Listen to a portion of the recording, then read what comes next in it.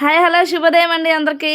అందరూ ఎలా ఉన్నారండి? మేమైతే చాలా బాగున్నాం. మీరందరూ కూడా బాగుండాలని మనస్ఫూర్తిగా కోరుకుంటున్నా. ఈరోజు నేను మందార పూలు గులాబీ పూలు కోసుకెళ్దామని వచ్చా. ఆయిల్ చేయాలి కదా మనం. ఆయిల్ అయితే అయిపోయింది. ఇవి నాటు గులాబీ పింక్, అసలు ఎంత మంచి స్మెల్, గుమ్మగుమ్మలు ఆడిపోతున్నాయి. స్మెల్ ఎంత బాగున్నాయి చూడండి ఫ్రెండ్స్.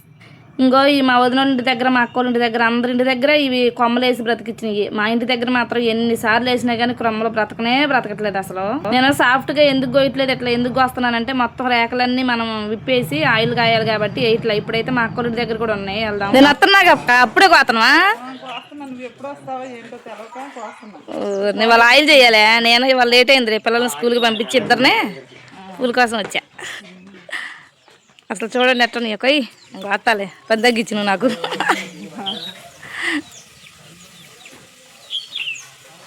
మీకు చాలాసార్లు చెప్పా, ఇవి కూడా కొమ్మతో పెట్టింది. నేను చిన్న కొమ్మ తీసుకొచ్చి పెడితే పెద్ద చెట్టు అయింది. ఇంకా వారం క్రితం ఇట్లానే మొత్తం బాగా పూస్తే అదంతా నేను ఆరబెట్టి రోజు సోపులు చేస్తున్నా కదా, సోపులలోకి పౌడర్ చేసి దాచుకున్నా. ఇంకా ఆ పౌడర్తోనే సోప్స్ చేస్తున్నా. ఇప్పుడైతే మనం ఆయిల్ చేసే టైం అయింది కదా. ఆయిల్కి వచ్చినప్పుడేమో పచ్చి పూలు కోస్తాను అనమాట.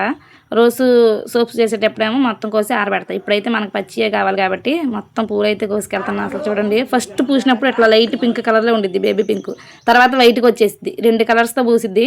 ఈ మొక్క మీ ఇంటి దగ్గర ఎవరి దగ్గర ఉంటే నా కామెంట్ బాక్స్లో కామెంట్ చేయండి. పల్లెటూరులో అయితే ఎక్కువగా ఉంటాయి, ఎందుకంటే నాటి కాబట్టి. మందార పూలు కూడా కోసుకొని ఆయిల్ అయితే చేయాలి వెళ్ళి. ఓకేనా? బై బై అందరికీ. వీడియో నచ్చితే లైక్ చేయండి. ఇంకెవరైనా సబ్స్క్రైబ్ చేసుకోకపోతే సబ్స్క్రైబ్ ప్లీజ్.